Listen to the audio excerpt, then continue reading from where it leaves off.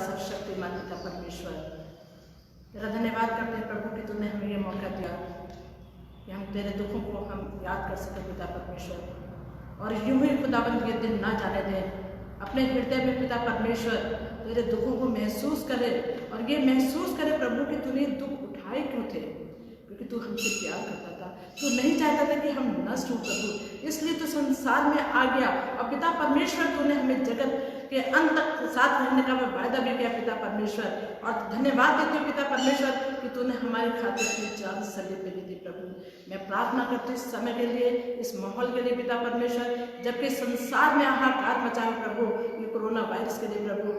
पिता परमेश्वर जैसे तूने आंधी पानी को डांटा, तूने महामारी को थमा दिया प्रभु, और पिता परमेश्वर आज वही समय फिर है पिता परमेश्वर, तेरे चरणों में बैठ कर हम तुझसे प्रार्थना करते हैं प्रभु, इस कोरोना वायरस को इसी पल नष्ट कर दे पिता परमेश्वर, और अपने लोगों को बचा ले प्रभु। प्रार्थना करते हूँ डॉक्टर नर्सेस के लिए, उन कर्मचारियों के लिए प्रभु जो उनकी सेवा में लगे पड़े हैं पिता परमेश्वर, हॉस्पिटल्स में है पिता परमेश्वर, उन पे दया करना, हर बीमारी हर परेशानी से उनको बचाना प्रभु, ताकि वो तेरे लोगों की सेवा कर सके पिता परमेश्वर। इस समय तेरे वचन से जो भी मैं बोलती मेरे पिता परमेश्वर तू मुझे थामना प्रभु, क्योंकि मेरे अंदर अपनी कोई लियाकत नहीं है प्रभु, मेरे अंदर कोई खूबी नहीं है प्रभु, मैं अपने होठों से तेरे नाम करूं, क्योंकि मेरे होठ के अंदर मैं पापी हूँ पिता परमेश्वर। मुझ पे दया करना, मेरे गुनाहों को क्षमा करना, और मुझे शक्ति देना कि मैं तेरे वचन को खुदावन लोगों तक बांट सकूं प्रभु। जबकि खुदावन सब हम लोग अपने अपने घरों में खुदावन इस ऑनलाइन पे बैठे पिता परमेश्वर,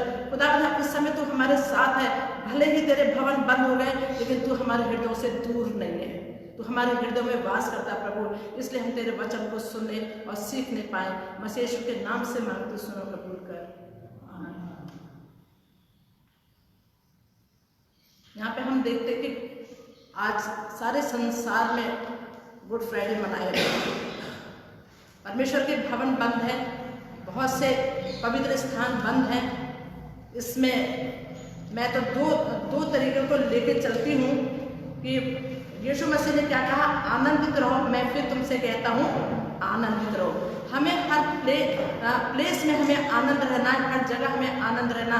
मैं तो इन दिनों में दो बातों को लेके चली कि ये जो समय हमारे ऊपर गुजरा है उनसे हमने दो बातें सीखी, एक हमारे शारीरिक स्वास्थ्य के लिए और दूसरे हमारे आत्मिक भोजन के लिए भी, क्योंकि हम देखते हैं कि इस हम अगर देखें संसार में इतना पॉल्यूशन हो गया था, इतनी परेशानियां आ गई थी, इतने क्या नाम है पेट्रोल पंप पे लड़के ले जाते थे अपने मोटरसाइकिलों में पानी वो पेट्रोल भरते थे और जबर चलाते थे, पैसों की बर्बादी करते थे। रुका हुआ है, पॉल्यूशन खत्म हो चुका है, बहुत कुछ पॉल्यूशन खत्म हो चुका है।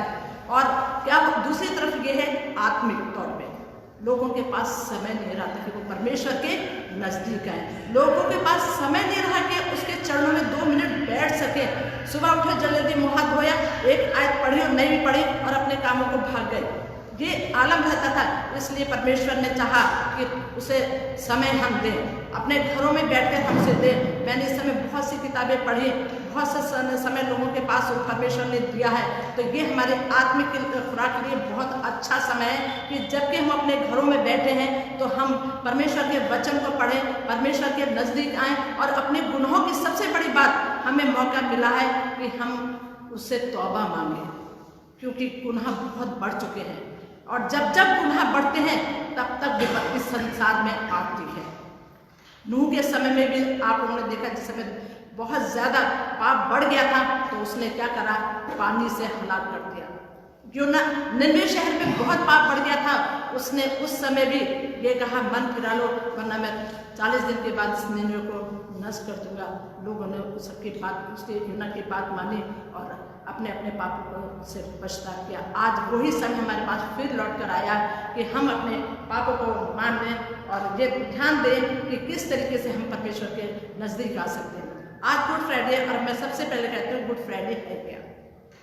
मैं और नॉन क्रिश्चियन लोगों की बात करती हूँ क्योंकि मैं अक्सर मिलती रहती हूँ। मुझे 2 तरह के लोग मिले, एक ने तो मेरे से ये कहा, और हमारी तो ये समझ में नहीं आता कि उस दिन आप लोग कहते कि आपके मसीह को जो है वो सूली पे चढ़ाया गया और वो मर गए, और फिर भी आप उसको गुड फ्राइडे क्यों बोलते हैं।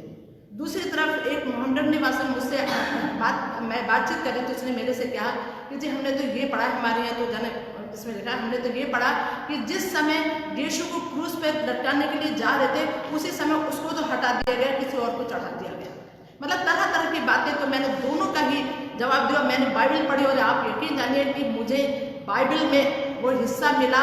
और ये जो पाइजर साहब ने हमें बताया था कि वो और क्या नाम है उसके जरिए से कि आप वचन को पढ़ी, जब हम लोग यूहन्ना की पुस्तक को अध्ययन कर रहे थे, मैंने उसमें पढ़ा और वही टॉपिक निकाल के जब मैंने देखा तो मुझे मालूम हुआ। मैं आप लोगों को उसके विषय में बताऊंगी। वो गुड फ्राइडे हमारे लिए इसलिए हमारे लिए गुड है क्योंकि उस परमेश्वर ने यीशु मसीह ने हमारे लिए अपनी जान दी ताकि हम अनंत जीवन पाए। वो यीशु जानता था कि नरक में कितनी पीड़ाएं हैं, कितने कष्ट हैं, तो वो नहीं चाहता था कि हम उसके लोग जिसको उसने पैदा किया, जिसने उसके शरीर में अपने प्राण को फूंका और वो नष्ट हो जाए। इसलिए वो स्वयं पृथ्वी पर उतर आए और हमारे गुनाहों के लिए परमेश्वर के आगे हमें झुकाने के लिए, परमेश्वर की बातें बताने के लिए उन्होंने प्रचार किया कि मन फिराओ क्योंकि परमेश्वर का राज्य निकट आ गया। और उन्होंने अपनी जान सलीब पे दे दी। मुबारक इसलिए क्योंकि हमारा मसीह मरा जरूर लेकिन मर के कब्र में ही नहीं पड़ा रहा, वो जिंदा हुआ और आज भी हमारे बीच में है और वो फिर से आने वाला है। दूसरे, यीशु मसीह का पैदा होना और यीशु मसीह का क्रूस पे चढ़ना और उसकी मौत कोई अनहोनी बात नहीं थी, कोई इत्तेफाक नहीं था, लेकिन ये सारा योजनाबद्ध था। सब योजना के अनुसार आया था क्योंकि पाप संसार में बहुत बढ़ चुका था। हम देखते हैं लूका 2 निकाले, अपने अपने जगह पे बैठ के दिखाना है। लूका 2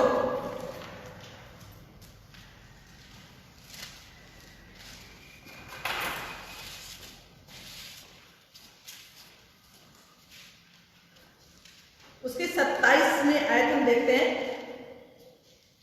और उसके बाद 27वां लिखा, वो आत्मा के सिखाए हुए मंदिर में आया और जब माता और पिता उस बालक को यीशु को भीतर लाए कि उसके लिए व्यवस्था रीति के अनुसार करे, तो उसने उसे अपनी गोद में लिया और परमेश्वर का धन्यवाद करके कहा कि हे स्वामी, अब तो अपने दास को अपने वचन के अनुसार शांति से विदा कर। क्योंकि उसको ये वरदान मिला था कि जब तक तो परमेश्वर के उद्धार को नहीं देख लेगा तो मृत्यु को नहीं देख सकेगा। उसके बाद मरियम के लिए भी पहले से ही उसने आगाह कर दिया था। इसी बात में हम देखते हैं 34वें आयत में हम देखते हैं, उसके विरोध में बातें की जाएगी, वरन तेरा प्राण तलवार से बार बार छिद जाएगा, इससे बहुत से हृदयों में के विचार प्रकट होंगे। हम यहाँ पे देखते हैं कि बहुत सी स्त्रियां भी परमेश्वर यीशु मसीह को जब क्रूस दी जाती पीछे चली आ रही थी। उसमें अभी नाम भी दिए गए थे, मरियम मगदलीनी, उसकी बहन भी, बहुत सी स्त्रियां जो थी वो पीछे पीछे चल रही है। भीड़ उसके पीछे चल रही थी। भीड़ भी इसमें देखते हैं कई प्रकार की भीड़ थी। एक वो भीड़ थी जब यीशु मसीह उनको वचन सुनाया करते थे तो उसके पीछे भीड़ लग जाया करती थी। लोगों को वो यीशु मसीह जो थे वो लोगों को चंगा किया करते थे, लोगों को बड़ी बड़ी बीमारियों से, बड़े बड़े आपदाओं से उन्होंने बचाया। यीशु मसीह ने 3 दिन के लाजर को जिला, 4 दिन के लाजर को जिला दिया। यीशु मसीह ने कुबड़ी औरत को जिलाया। यीशु मसीह को क्रूस पे क्यों चढ़ाया? इसीलिए कि उसने संसार में अच्छे काम करे? क्या इसलिए कि उसने नेकी के काम करे? क्या इसलिए लोगों ने उसको चढ़ाया? लेकिन यीशु मसीह ने के काम ये सारे प्लानिंग से थे कि किस तरीके से यीशु मसीह संसार में आएंगे और लोगों को के लिए अपनी जान देंगे। भीड़ उस समय भी थी, भीड़ आज भी है जब उसको क्रूस के पास ले जाया जा रहा है। भीड़ उस समय थी जब वो 5 रोटी 2 मछलियों से अपने पेटों को भर रहे थे। उस समय भी 2 तरह के लोग थे, एक तो ये उसके उपदेश को सुनने के लिए और एक भीड़ वो थी, लोग उसमें से थे कि उसको उसके अंदर क्या कमी निकाले। आज भी बिल्कुल सेम संसार में ऐसे ही है। बहुत से लोग सिर्फ कमियों को ढूंढते हैं और उनके अच्छी बातों को नहीं लेते और कमियों को ढूंढ कर उनके ऊपर वो करते हैं, छींटा लगाते हैं। लेकिन हम यहाँ पे देखते हैं, लेकिन इस समय वो भीड़ जो जय जयकार कर रही थी, जो भीड़ उसके नाम की होशन्ना करी थी, उसे आके अपने कपड़े को उतार दिए, खजूरों की डालियाँ डाल दी उसके आगे, वो होशन्ना करे। लेकिन आज कोई ये बात नहीं कहने के लिए तैयार है कि भाई तुम उसे क्यों क्रूस पे चढ़ा रहे हो, क्योंकि वो बड़े बड़े लोगों से डर रहे थे, नहीं कहने पा रहे थे, क्योंकि वो ये नहीं जान रहे थे कि ये दोबारा से हमारे पास आ सकता है। उसे मैसेज कहने के लिए तैयार ही नहीं हो रहे थे, लेकिन उनकी आंखें बंद थी, उनकी आंखें अंधी थी, वो सिर्फ दुनियावी बातों को देख रहे थे। इसलिए यीशु मसीह को क्रूस पर क्रूस के पास तक ले जा रहे थे। उस समय भी लोग बहुत ज़्यादा उसको ताड़ना दे रहे थे, बहुत ज़्यादा परेशान कर रहे थे, उसके मुंह पे थूक रहे थे, उसकी दाढ़ी के बाल नोच रहे थे। उस माँ से पूछिए, उस माँ का उस समय क्या हाल है। यहाँ पर हम देखते कि यीशु जो है वो उसके ऊपर बहस कर रहे थे, उसके ऊपर लानतान कर रहे थे, उसके ऊपर अपमान के शब्द कह रहे थे, और वो शब्द एक माँ के हृदय में तलवार की तरह चुभ रहे थे। जब मरियम ने उसको अपनी गोद में लिया होगा, उसके चेहरे को देख के उसके हृदय में क्या बात आ रही है। जब वो देख रही होगी उसके मुंह के ऊपर आंसू वो टपक रहे हैं, खून टपक रहे हैं, आंसू भी निकल रहे हैं, खून भी टपक रहा है, उससे बोला नहीं जा रहा था, उसका पूरा जिस्म बेकार हो चुका था। क्या उसने इसी दिन के लिए पैदा किया था? लेकिन वो जानती थी कि हाँ, इसी दिन के लिए मैंने इसको पैदा किया, ये तो होना ही था। हर माँ अपने बच्चों को बहुत अच्छी तरीके से पालती है, बहुत रातों रात जगती है, रातों रात उसकी सेवा करती है। लेकिन बड़े होकर बच्चे क्या करते हैं, मैं आपको बताऊँगी। उस भीड़ पर दोष लगा रही थी। जब पूरे संसार के धार्मिक, मालूम आपको, पूरे धार्मिक पुस्तक में, चाहे वो गीता हो, चाहे वो कुरान हो, चाहे वो वेद हो, सब में आपको पता है, सब जो इशारा करते हैं वो यीशु मसीह की तरफ इशारा करते हैं। और उसमें से मैंने आपको बताया कि इन दिनों मैं क्या करती थी, मैंने पुस्तकें ली और मैं उन पुस्तकों को लेके पढ़ती थी, और मैंने उन पुस्तकों में कुछ निशान लगाए थे। आप लोगों को मैंने एक बार बताया था कि ऋग्वेद जो है, हम लोगों ने जिसने इतिहास पढ़ा है, सबने पढ़ा, उसमें चार वेद थे, ऋग्वेद, सामवेद, यजुर्वेद, यजुर्वेद। सबसे पुराना वेद जो है वो ऋग्वेद है। आपको पता है उस वेद में क्या लिखा है कि एक सोन बालक आदि से है जो प्रकट हुआ, और वो प्रभु है, वो पैलोठा है, वो परमात्मा से जन्मा है, लकड़ी के खंभे पे बलित किया गया। ये ऋग्वेद में लिखा हुआ है। किसका, कौन लकड़ी के मतलब काट में ठोका गया? सिवाय यीशु के अलावा कोई नहीं ठोका गया। यीशु के अलावा कोई नहीं ठोका गया। वो कुंवारी से पैदा होगा, ये भी लिखा है। लेकिन आपको पता है इतिहास में ये भी लिखा कि 2-3 जन जो है वो कुंवारी से पैदा हुए, एक कर्ण, दूसरा हनुमान। लेकिन ये लोग मरे लेकिन दोबारा जिंदा नहीं हुए, जैसा कि इनकी पुस्तक में लिखा है कि वो दोबारा जिंदा होगा। तो वो ये जरूर कुंवारी से पैदा तो जरूर हुए थे, लेकिन मरे और उसके बाद वो जिंदा नहीं हुए। दूसरे उसमें लिखा हुआ है, ओयम श्री ब्रह्मपुत्र नम, यानी हे परमेश्वर के पुत्र, तेरी स्तुति हो। स्तुति किसकी हुई है? यीशु मसीह की स्तुति। तीसरे में लिखा है, ओयम उपामत्य मम, पवित्र आत्मा के जन्म लेने वाले तेरी स्तुति हो। पवित्र आत्मा से किसने जन्म लिया? यीशु मसीह ने जन्म लिया। एक जगह लिखा है, कन्या सुते, जन्म लेने वाले तेरी कुंवारी से यीशु मसीह ने जन्म लिया। एक जगह लिखा है, ओम श्री पचघाम्यम, मैं उसके उपास करता हूँ जिसने घाव सहे। यीशु मसीह ने सहे। फिर एक जगह लिखा है, ओयम मृत्युंजय नम, मृत्यु पर विजय पाने वाले तेरी स्तुति हो। मृत्यु पर किसी ने विजय नहीं पाई। कोई भी धार्मिक पुस्तक आप पढ़कर देख लो, कोई भी धार्मिक पुस्तक में ये नहीं लिखा है कि कोई उनका पवित्र कोई मरा और उसके बाद वो जन्म लिया, सिवाय यीशु मसीह के अलावा। एक जगह में उसको नहीं पढ़ू, उसके बाद उसका अर्थ जो है, जो सांस संतों में को देने वाले स्तुति हो। अपनी सांस किसने फूकी? परमेश्वर ने अपने लोगों पर, जब उसने आदम को बनाया तब उसने अपनी सांस उसमें फूकी। तो आत्मा को फूकने वाला हमारा परमेश्वर है। इस तरीके से बहुत से ग्रंथों में, मेरे पास समय नहीं है, बहुत से ग्रंथों में आपको पता है यीशु मसीह को संकेत करते हैं, लेकिन ये मानने के लिए तैयार नहीं है कि यीशु जी परमेश्वर है, यीशु जी उद्धार करता है। यहाँ पर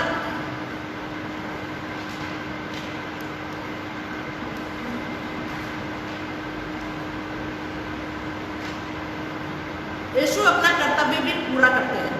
वो दुनिया में आए, उन्होंने अपनी एक माँ से जन्म लिया और वो अपना कर्तव्य पूरा करते हैं। यहाँ पर हम देखेंगे यूहन्ना 26, हाँ यूहन्ना 19 उसकी 30वीं आयत, हे नारी देख ये तेरा पुत्र है। तब उसने चेले से कहा ये तेरी माता है, और उसी समय से वो चेला उसे अपने घर ले गया। यहाँ पर हम देखते कि यीशु मसीह कितनी पीड़ा में है, कितने कष्ट को सह रहे हैं। वो माँ बैठी उस पास देख रही है कि लोग उसके मुंह में थूक रहे हैं, वो उसके कोड़े मार रहे हैं, लोग आकर उसके ऊपर उस पर तमाचे मार रहे हैं, लेकिन माँ बहुत खामोशी से उसकी तरफ को देख रही है, लेकिन वो अपनी ज़बान नहीं खोल रही है, वो अपने होंठ नहीं खोल रही है, वो अपने बच्चे को बचाने के लिए उस जगह तक नहीं जा रही है। हम जो माँ हैं सब अपने अपने बच्चों के दुखों को अब महसूस करते हैं। जब बच्चे बड़े होकर माँ बाप की बेइज्जती करते हैं तो कितना बुरा लगता है, लेकिन यीशु मसीह ने कभी अपनी माँ को अलग अपने से कभी नहीं किया। एक जगह जिस समय यीशु मंदिर में थे, आपको पता, और जब उसकी माँ और बहन भाई उसको लेने गए तो उसमें लिखा हुआ है कि वो उनके साथ गया। पहले तो उसने कहा दिया कौन मेरी माँ कौन मेरी बहन है और मेरे भाई कौन है, ये लोग जो परमेश्वर का वचन सुनते हैं वो मेरी माँ और मेरी बहन है। लेकिन फिर भी वो यीशु मसीह उनके साथ गए और लिखा है वो उनके वश में रहे।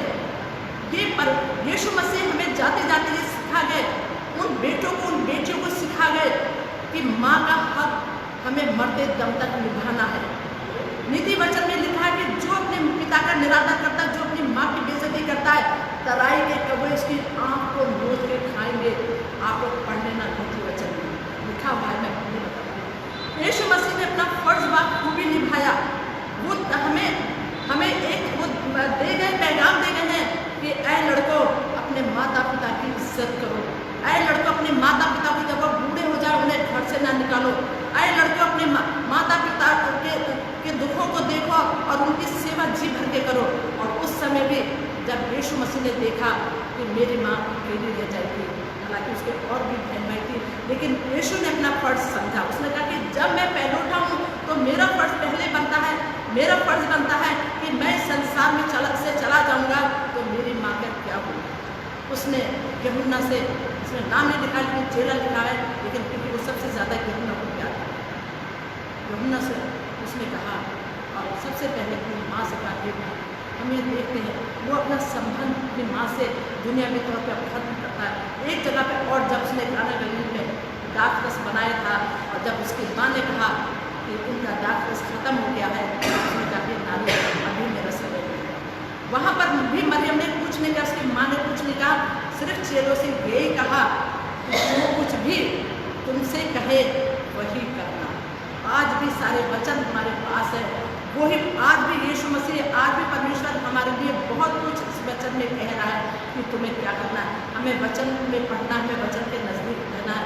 और यीशु मसीह अपने फर्ज को पूरी तरीके से निभाते हैं और कहते हैं कि हे नारी देख तेरा बेटा ये है और तेरी माँ ये है, और निश्चिंत हो जाते हैं क्योंकि वो उस बेटे पे, उस चेले पे जो किसी और का बेटा था, यूहन्ना किसी और का बेटा था, वो ये विश्वास रखता था कि ये मेरी माँ का ध्यान रख सकता है। और वो उस माँ को जिससे बहुत ज़्यादा प्यार करता था, जिस माँ ने उसको सुबह से पैदा होने से लेकर उस समय तक जब वो परमेश्वर की महिमा में न्याय पाला पोसा बड़ा करा और वहाँ उस जगह तक उन्होंने पहुँचाया जहाँ पर यीशु मसीह को जाना था।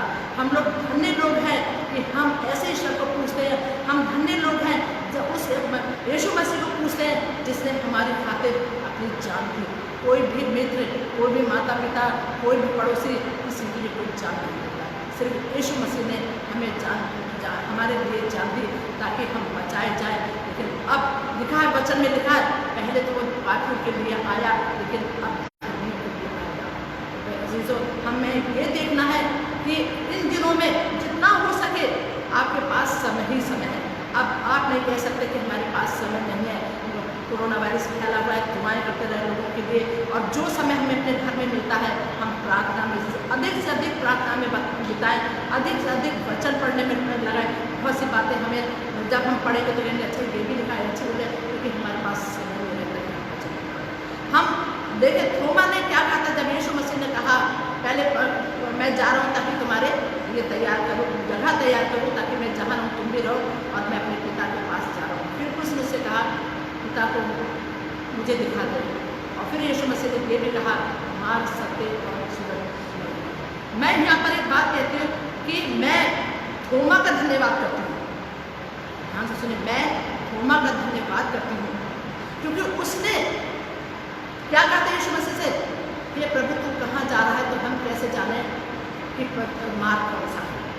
किसी भी चेले ने, किसी भी लोगों ने उससे नहीं पूछा मार्ग, सत्य, जीवन है क्या, मार्ग कहाँ है, जीवन कहाँ है, सत्य क्या है। थोमा ने उससे प्रश्न किया कि प्रभु हम नहीं जानते तू कहाँ जा रहा है, तो मार्ग कैसे जाने। हम भटकते रहते। अभी भी अगर थोमा इस प्रश्न को ना करते यीशु मसीह से तो शायद हम भटकते रहते। हम वचन जरूर पढ़ते लेकिन हमें नहीं मालूम कौन सा मार्ग कैसा है। तब यीशु मसीह ने कहा मार्ग और सत्य और जीवन मैं ही हूँ, बिना मेरे द्वारा कोई पिता के पास नहीं पहुँच सकता। उसने क्लियर कर दिया कि मार्ग भी यीशु है, सत्य भी यीशु है और जीवन भी यीशु है। तो धन्यवाद हो थोमा का जिसने यीशु मसीह से ये प्रश्न करके यीशु मसीह के मुंह से कहवा दिया कि मार्ग, सत्य, जीवन जो है वो यीशु मसीह है।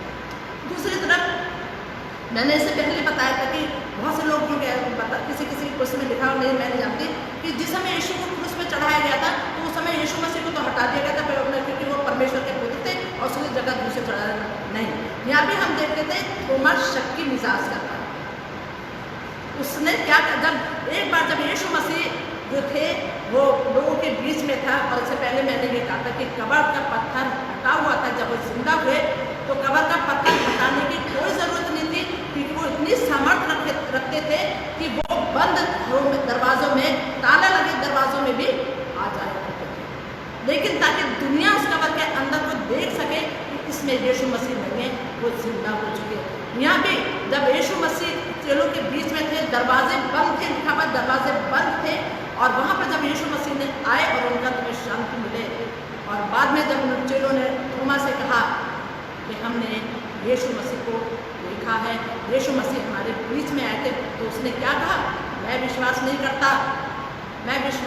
करता जब तक कि मैं उसके हाथों की कीड़ों के निशान ना देख लूँ कि उसमें, और जब तक उसके पंजर में अपने हाथ डाल के ना देख लूँ मैं विश्वास नहीं करूँगा। यहाँ भी उसने ये बात क्लियर कर दी, सबको जता दी कि वास्तव में यीशु मसीह जिंदा हुए। यीशु मसीह ने बीच में खड़ा होकर उसका शक मिटाया कि हे थोमा, आप विश्वासी नहीं परंतु विश्वासी बन। आत्मा में हाड़ मांस नहीं होता, लेकिन देख मैं जिस शरीर में गया था मैं उस शरीर में वापस आया हूँ। मेरे हाथों के कीड़ों के निशान को देख, मेरे पंजर में तू हाथ डाल। तो आप विश्वासी नहीं परंतु विश्वासी हो।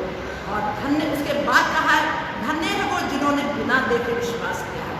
अभी भी बहुत से शक्ति लोग हैं, लेकिन हमें जो हम यीशु मसीह के वचनों को पढ़ते हैं, यीशु मसीह का वचन हमारे पास है, ये जीवन की पुस्तक हमारे पास है, इसको हम पढ़ें तो हमें मार्ग, सत्य और जीवन इसी में मिल जाता है क्योंकि यीशु मसीह ने ये हमें जीवन दिया है। यीशु मसीह ने ये ज्योति दी है, जो इसको पढ़ेगा वो कभी भी अंधकार में नहीं चलेगा, जो इस ज्योति में चलेगा वो कभी पाप नहीं करेगा, जो इस ज्योति की तरह अपना जीवन व्यतीत करेगा वो अनंत जीवन पाएगा। इसलिए हमें उसमें बने रहना है। थोमा ने क्लियर कर दिया क्योंकि वो उसका चेला था, थोमा बराबर यीशु मसीह के साथ रहता था, उसने ये सब कुछ क्लियर यीशु मसीह के मुँह से कहलवा दिया। अब तो कहीं भी शक की वाली बात ही नहीं रहेगी कि हमें जीवन कहाँ से मिलेगा, हमें ज्योति कहाँ से मिलेगी और हमें किस मार्ग पे चलना है। फिर मैं वही दोहराती हूँ, हर सवाल का जवाब वचन में है, जिंदगी का हिसाब वचन में। ऐ विश्वासियों खोल कर तो देखो, हर दर्द की दवा वचन में है।